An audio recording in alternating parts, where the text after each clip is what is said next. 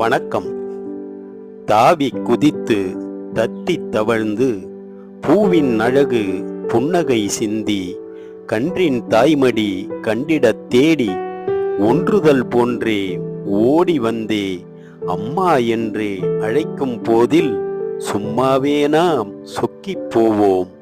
அந்த கணத்தை அருமை உணர்வை எந்த ஒன்றும் ஈடாக்காதே.